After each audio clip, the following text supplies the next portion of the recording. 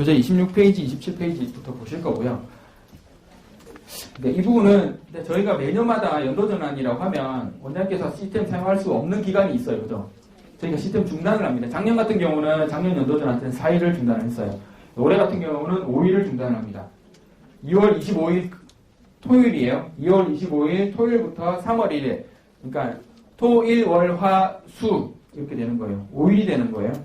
시스템 5일을 중단을 하게 되면 특히나 이제 27일, 28일, 2월 27일, 28일 월요일, 화요일인데 그때도 어린이집을 운영을 하죠. 아동들도 다니고 있고 그럼에도 불구하고 시스템이 운영 중단되면 사전에 원장님께서 처리해야 될 업무들이 분명히 있으실 거예요. 거기에 대해서 설명드릴 거고요. 그 다음에 3월 1일 이후에 시스템이 오픈하고 나면 오픈한 이후에 원장님께서 해야 될 업무가 있습니다. 저희가 이 부분에 대해서 설명을 쭉 드리면 너무나도 원장님께서 잘 듣고 가십니다. 이때까지는 나는 예를 들면 24일날 밤 12시까지는 나는 죽어도 교사 면직할 거고 아동 퇴소 처리할 거고 영역 확정할 거고 마음 먹고 있어요. 근데 그렇게 되던가요? 안 돼요. 24일날 졸업식이 있어요. 맞아요. 졸업식 행사 여차해서 부모님과 이렇게 이러다 보니까는 깜빡하신 거죠. 아차 싶어서 밤 12시가 넘었어요. 근데 지금 하려니까 안 되는 거예요.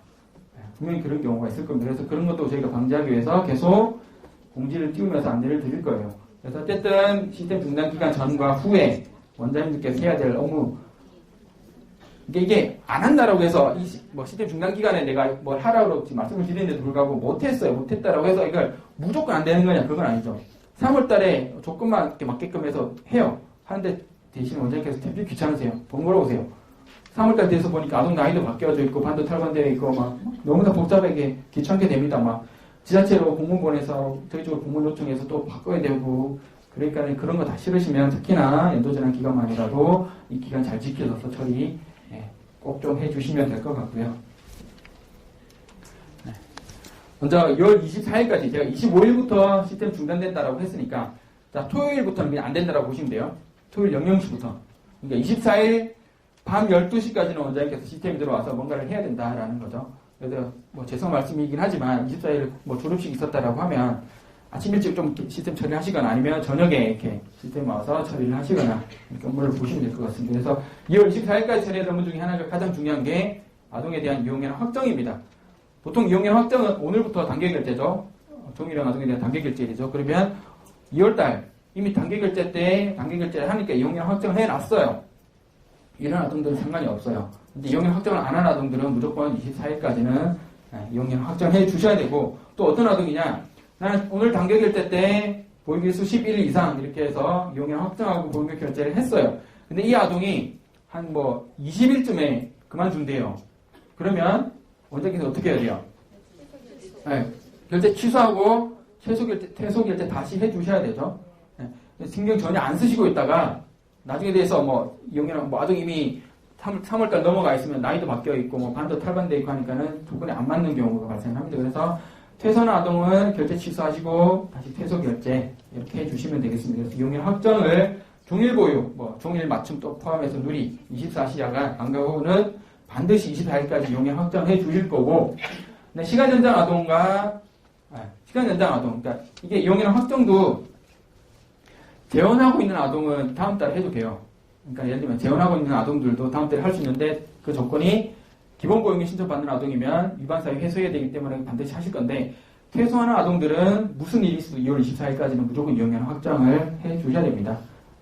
그래서 시간 연장도 포함해서 이용량 확정을 하실 건데 시간 연장도 재원하고 있는 아동이면 크게 상관은 없으시겠지만 이 아동이 퇴소한다라고 하면 미리 이용량 확정을 하실 거예요. 그럼 또 원장님께서 얘기하시죠. 27일, 28일 날 평일인데 시스템은 안 돼요. 근데 그때 시간 연장 보육을 해요. 시스템에 어떻게 등록을 해야 됩니까? 라고 얘기를 하시죠.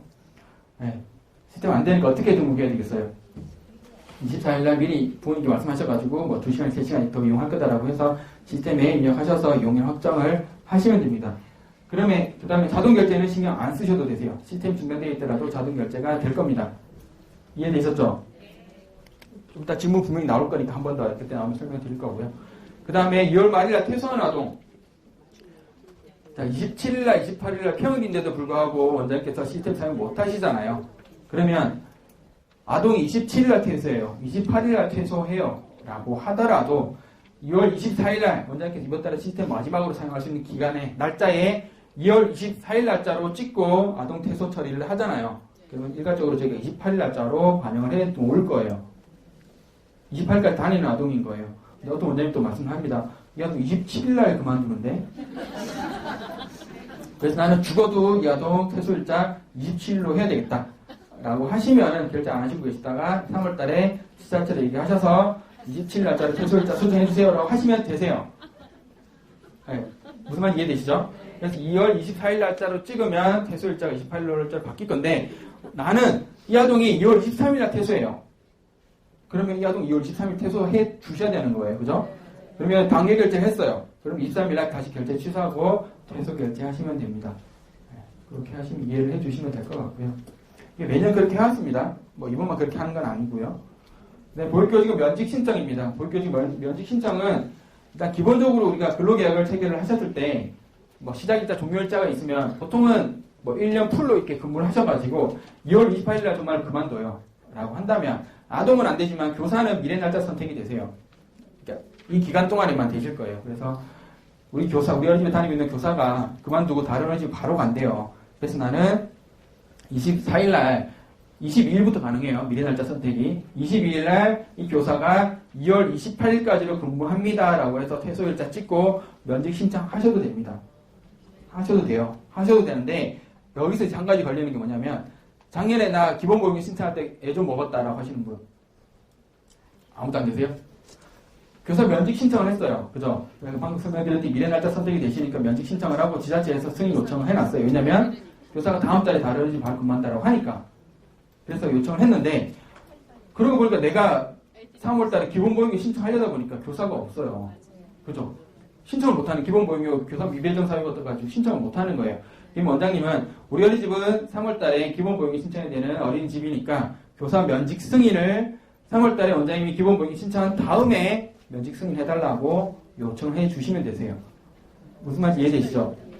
영아반을 맡고 있는 담임교사 기준으로. 근데 그러면 A 어린이집에서는 이렇게 해요. 근데 B 어린이집은 A 어린이집에서 면직 승인이 돼야지만 우리 어린이집 임용 신청해가지고 기본보육료 신청을 할 수가 있는데 이거 어떻게 해야 됩니까? 라고 해요.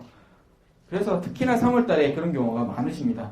네. 그래서 3월 달에 기본보육료 신청 기간도 촉박하죠. 평일 기준으로 3일 이내에 신청을 해야 되고, 그죠? 뭐, 팁이면 팁이지만 3일 이내 신청인데 나는 곧 죽어도 3일 이내 신청 못해요. 라고 하면 일단 신청부터 하시고 지자체에 반려받으세요. 반려받으시면 지자체 승인 전까지는 원장님께 다시 재신청이 가능하세요. 무슨 말 이해되시죠? 알고 계셨던 거 아니에요? 아, 예. 네, 아무튼 그렇게 해서 기본보육료 신청을 하실 거고요. 그래서 뭐 다른 거 다 필요 없습니다. 다른 거 다 필요 없고 우리 어린이집에 다니는 교사가 기본보육료 반을, 그러니까 영아반을 맡고 있고 이 교사가 기본보육료 신청반에 있는 교사니까 당연히 3월달 신청할 때 교사가 있어야 돼요 라고 하면 지자체 말씀하셔서 승인을 좀 천천히 해주세요 라고 하시면 되세요. 근데 우리 어린이집이 그만두는데 난 새로운 교사 바로 구해놨어요. 그래서 바로 임면 신청해서 가능합니다 라고 하면 미리 승인 받으셔도 되세요. 그래서 작년 같은 경우는 제가 이렇게 안내를 드렸음에도 불구하고 A 어린이집, B 어린이집 간에 서로의 입장차가 있다 보니까 좀 그런 게 있었어요. 그래서 물론 기본보육료 소급도 되긴 하지만 특히 3월달부터는 약간 좀 민감한 부분이 발생을 합니다. 그래서 기본보육료와도 관련되어 있기 때문에 업무를 그렇게 보시면 되겠고요. 그러면 자 2월 24일까지 해야 될 업무 설명드렸죠?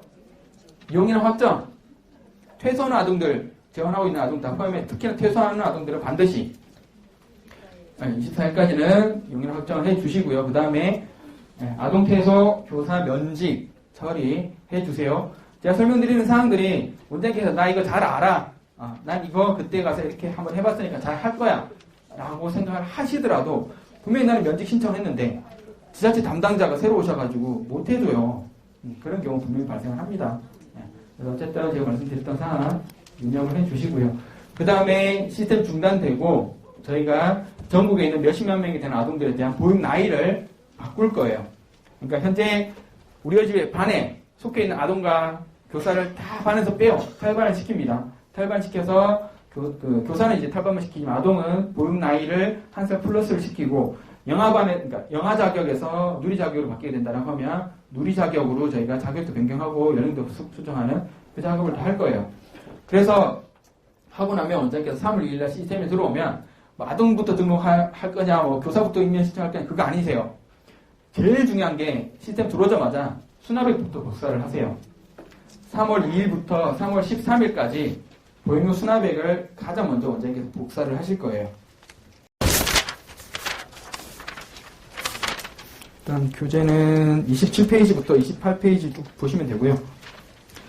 3월 2일부터 이제 그 보행료 수납액을 복사를 하실 때 우리 어린이집 민간가정 어린이집이다라고 하면 각 시도에서 결정했던 수납액 그대로 가져올 거고요. 장애 통합이나 장애 전담 어린이집이다. 장애 아동에 대한 보행료는 복지부에서 등록을 할 거고요. 그래서 각 시도에서 입력했던 보행료 수납액을 그대로 복사해서 가지고 올 거예요. 그러면 우리 원장님께서 가져왔어요. 이렇게 시도 수납액 복사를 했어요. 그런데 이거 그냥 그대로 저장하시죠? 그대로 저장 안 하시나요? 그죠? 그대로 저장하실 거예요. 네, 그렇게 해주시면 되세요. 근데 예외적으로 정말로 말씀드리기 죄송하지만 우리 어린이집은 휴일 보행료도 안 해요. 시간 연장도 안 해요. 아무것도 안 하니까 다 0으로 만들어버립니다. 네. 근데 그게 쉽게 저희가 보육을 하다 보면 의도치 않게 예외상이 많이 발생을 합니다. 갑자기 선거날이 툭 들어와서 법정 공휴일이 되면서 우리가 휴일 보육을 의도치 않게 하는 경우가 있으실 거예요. 그럴 경우에는 수납액 등록할 때 다 0으로 만들어버렸잖아요. 그럼 나 휴일 보육했는데 보육료 결제가 당연히 안 되죠. 근데 저희 쪽으로 전화해줘가지고 왜 결제가 안 되냐부터 해서 시스템이 잘못된 거 아니냐. 근데 알고 보니까 수납액을 원장님께서 0으로 만들어놨어요. 그러면 지자체를 요청해서 다시 입력해달라고 요청을 하셔도 되고요. 그래서 우리 어린이집이 금액 변경이 없는 한은 시도에서 결정한 수납액 그대로 가져갈 거면 그냥 하든 안 하든 그냥 그대로 복사해서 저장을 해주시면 됩니다. 근데 원장님께서 저장했어요. 근데 우리 어린이집이 예를 들면 민간에서 국공립이 바뀌거나 민간에서 공공형이나 서울형으로 바뀐다. 라고 한다면 보행료 수납액이 바뀌겠죠. 그러면 지자체에서 그 부분을 수정을 해 주실 거예요. 아니면 3월달에 신규로 인가받는 어린이집이다. 아까도 오전에 원장님께서 질문을 해주셨는데 3월달 신규로 개원을 한다라고 하시더라고요. 그래서 3월달에 신규 개원하는 어린이집은 지자체에서 수납액을 넣어 주실 거예요. 이렇게 해서 수납액 저장을 해 주시면 됩니다. 언제까지? 3월 13일이에요. 왜냐하면 3월 14일이 단계결제일이거든요. 단계결제일 전에는 다 입력을 해 주실 거라고 믿습니다. 정말. 믿어도 되죠? 근데 약간 그 입장 차이는 있는 것 같은데 어떤 원장님은 보행료 결제가 그렇게 안 급하신가 봐요. 그래서 입력 전혀 안 하고 계시다가 월 말쯤에 이제 보행료 일괄적으로 결제하다가 보행료 수납액이 안 되어 있으니까 나 보행료 수납액 등록해야 되겠다. 이제서야 이제 들어가서 등록하려다 보니까 이미 기간이 끝났어요.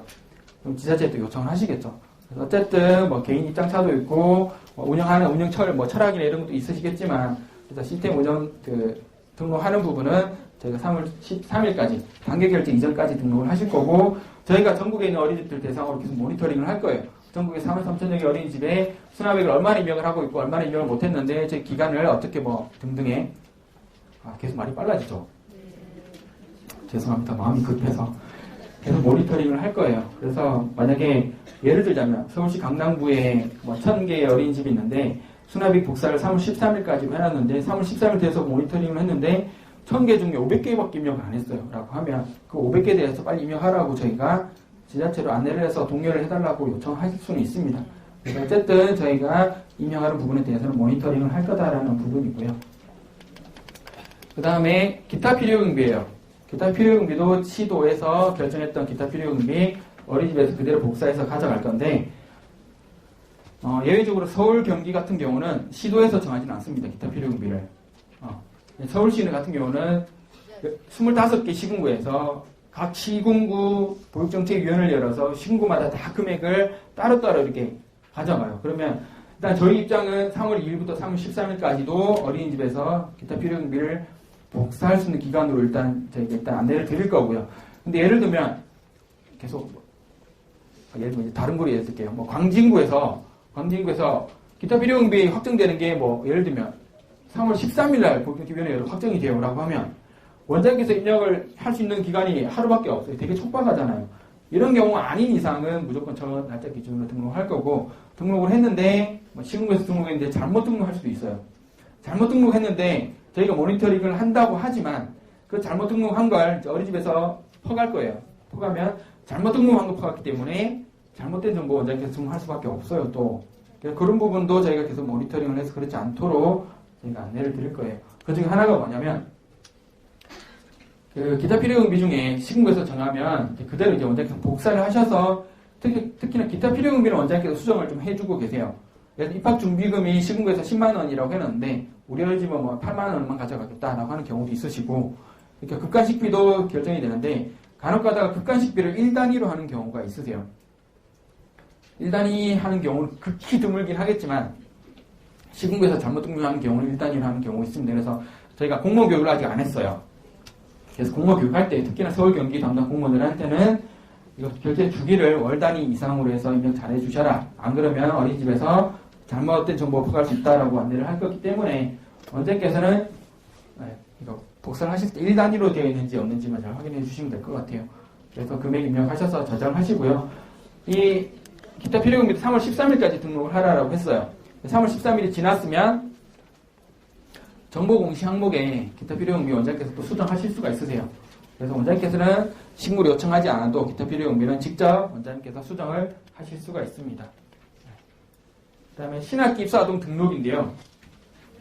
오전에는 하나도 없었는데 혹시 앉아계신 원장님 중에 나는 서울시가 아니에요.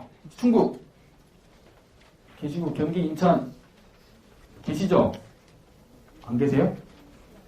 다 서울 분이신가요? 계시네요. 그래서 서울, 오전에 이거 빼고 설명을 드렸어요. 왜냐하면 서울시는 서울시 입소대기 사용하는데 그러니까 서울시를 제외한 시도는 저희 입소대기 시스템을 사용해요. 그래서 있지만 하나만 설명드리면 그러니까 서울시 입소대기에서도 신학기 예정자를 모아두셨잖아요. 그러니까 아마 이렇게 별도의 시스템으로 이렇게 관리하셨을 테고 저희 시스템도 신학기 예정자, 그러니까 매년 올해죠. 3월 달에 들어오는 아동들에 대해서 신학기 대상자를 확정을 시켜놨어요. 이 아동들에 대해서는 언제부터 등록을 할 거냐. 그러니까 서울시 제외하고 2월 22일부터 신학기 아동들을 등록을 하실 수가 있어요. 아마 서울시도 아마 그 기간쯤에 안내가 될 것 같습니다. 그러면 이 기간부터 3월 달 어느 시점까지 신학기 대상자들을 신규 아동 등록을 하실 거예요. 신규 아동 등록을 하실 때 중요한 거는 저희 시스템은 이제 행복위험 쪽이랑 기초생활수급자나 사상이나 뭐 법정 저소득층 아동이나 이렇게 항목들에 대해서 공적 자료가 연계돼서 실시간으로 연계 항목을 저희가 제공을 하고 있습니다. 뭐 맞벌이나 이런 건 아니에요. 아니지만 이제 자동 연계된 항목이 있는데 저희 시스템이 중단되는 기간도 포함해서 이 기간이 지난 이후에 처음으로 아동 입소 등록을 할 때도 포함해서 이 연계되는 항목을 끊을 거예요. 또 어떤 걸 끊을 거냐? 서울시는 아동 등록할 때 아동관리 화면에서 등록 버튼 누르죠. 등록 버튼 누를 때 이름 주민번호 넣고 자기 확인하죠. 자기 확인하면 당연히 자격이 나와야죠. 근데 자격이 안 나올 거예요. 일반 아동으로 보일 겁니다. 작년에 그랬어요. 처음으로 그랬는데 올해도 일반 아동은 뜰 거예요. 즉 말해서 행복위험과의 실시간 연계를 끊을 거예요. 아까 입소대기 자동 연계 항목도 포함해서 아동에 대한 보유 자격도 끊으면 원장님께서 그냥 입소 등록 일반 아동으로 이렇게 등록을 하시잖아요. 예를 들면 3월 2일 아침에 원장님께서 10명에 대한 아동에 대해서 입소 등록을 했어요. 다 일반 아동으로 등록을 할 거예요. 일반 아동 등록을 했는데 이 아동들은 자격이 언제 보일까요? 4월 3일 날 아침에 원장님께서 와서 보시면 아동들에 대한 자격이 뭐 종일이면 종일, 맞춤이면 맞춤, 누리면 누리 이렇게 다 반영이 되어 있을 거예요. 저희가 3월 2일에 입소 등록했던 아동들은 그 밤에 일괄적으로 보육료 지원 자격을 다 반영을 해줄 거고 3월 3일 날 입소 등록했던 아동들은 3월 3일 날 밤에 다 반영해서 3월 4일 날 확인을 하실 수가 있어요. 그래서 3월 7일까지는 저희가 실시간 연계를 끊어서 일반 아동으로 등록을 할 수 있도록 할 거예요. 왜 그렇게 된 거냐면 과거에 아동 입소 등록 해보셨던 원장님들은 아실 거예요. 아동 자격 확인했는데 계속 뺑뺑이만 돌고 아동 입소 등록이 안 되는 거예요. 그래서 아동 입소 등록을 해야지 뭐 기본보험도 신청하고 뭘 하게 되는데 아무것도 못하니까 하루 종일 시스템을 바라보고 계시는 그렇게 하시면 안 되는 거잖아요. 그래서 일단 자격을 끊고 저희가 다음날에 자격을 반영해 주는 걸로 그렇게 하겠습니다.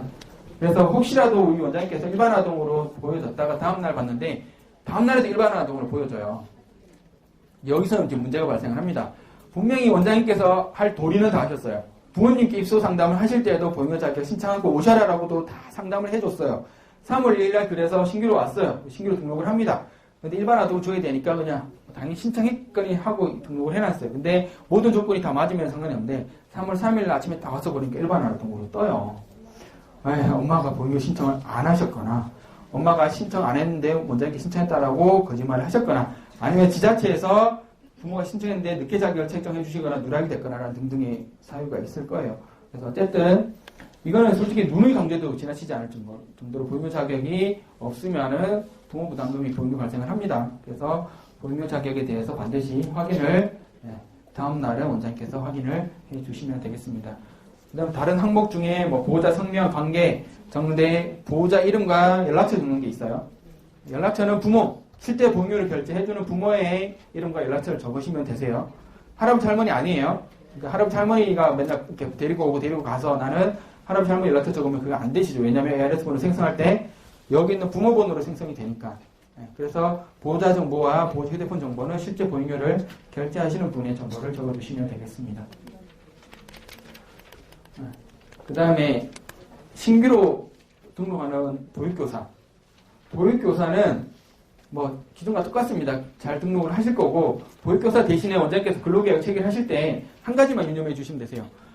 근로계약 체결을 원장님이 교사와 1대1로 하니까 3월 1일부터 그러니까 17년 3월 1일부터 18년 2월 28일 뭐 이렇게 해서 근로계약 1년 꽉 채워서 했어요. 근로계약 체결해서 시스템에 3월 1일로 입력을 해야 되겠죠. 그렇게 하고 계시죠. 근데 실제 정말로 원장님께서 근로계약을 3월 2일부터 체결했어요. 그럼 3월 2일로 입력하면 돼요. 무슨 말인지 이해되시죠? 나는 근로계약을 3월 1일부터 체결을 했는데 근데 시스템 등록을 3월 1일로 해서 임명 신청을 했어요. 근데 지자체에서 반려를 해버립니다. 3월 1일이 빨간 날인데 왜 3월 1일로 임명 등록을 하느냐. 3월 2일로 하셔라. 혹시 나 그런 거 겪어보신 분? 그거 아니에요. 지자체에서 잘못 안내하신 거예요. 내 근로계약을 3월 1일로 책정을 했습니다. 근로계약서를 그렇게 작성하셨으면 시스템도 3월 1일로 해야 돼요. 근데 지자체에서 그렇게 말씀하신다고 그럼 난 3월 2일로 해야지. 근로계약은 3월 1일인데 3월 2일로 해야지 해서 나중에 1년이 지난 다음에 그 교사가 1년 경력 꽉 채워서 승급 교육을 받아야 되는데 하루가 모자라서 못 받아요. 그래서 어쨌든 다 공무원이 몰라서 이제 와서 신규 공무원이라 모른다 하더라도 그냥 원장님은 근로계약 체결했던 그 기준 일자로 임명 등록하시면 되세요. 대신에 아동은 그러면 복잡한가요? 아동은 3월 2일로 하셔도 돼요. 아동은 3월 1일로 하셔도 되긴 하지만 3월 1일 굳이 하실 필요는 없으세요. 왜냐하면 3월 1일이 보육 일수에서 포함이 안 됩니다. 그래서 아동은 3월 2일부터 입소 등록을 하더라도 보육료 100% 결제하는 데는 문제는 없으세요. 근데 또 오전에 또 원장님이 예를 들면 3월 5일날 입소 등록하는데 3월 5일날 우리 집에 와서 입소 등록하는데 3월 2일로 등록해도 되느냐라고 저한테 물어보시더라고요. 그거 안 되세요. 안 되십니다. 이렇게 해서 보육교사 등록해서 지자체에 승인 받으셔서 반배정을 하시면 되세요.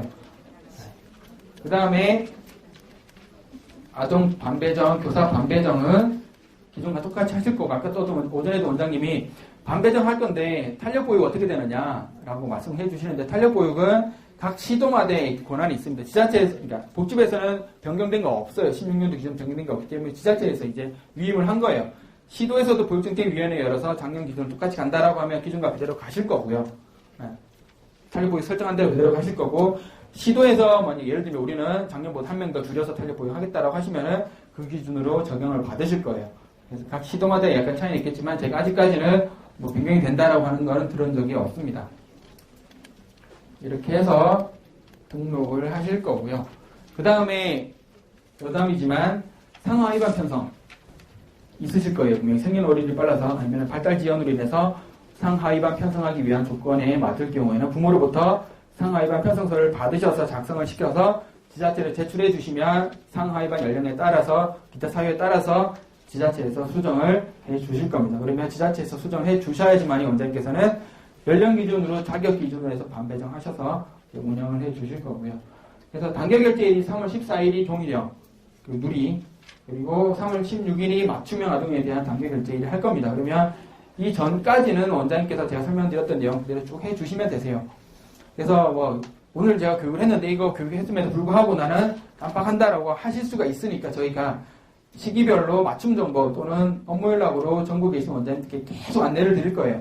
이때까지는 이때까지 며칠 날짜를 별 해주셔야 되고 안 해주시면 큰일 난다라고 해서 안내를 드리면 굳이 원장님께서 시스템 들어와서 안 하신다라고 하면 어쩔 수 없지만은 저희가 공지사항이나 업무 연락은 될 수 있으면 2월 말부터 3월 초까지는 꼭 좀 확인을 해 주시기를 간곡하게 부탁을 드리겠습니다. 그래서 3월 14일날 단계결제 이전에 보육료 자격 기준으로 아동 연령 기준으로 해당 아동 조건에 맞는 보육료로 결제가 잘 되는지 1년 중에 딱 한 번만 3월 달에만 잘 확인해 주시면 3월 달에 결제가 잘 되면 4월 달부터는 잘 되실 거니까 그래서 3월 달에 우리 요즘 다니고 있는 아동들에 대해서는 단기 결제 때 꼭 좀 확인을 해 주시면 되겠습니다.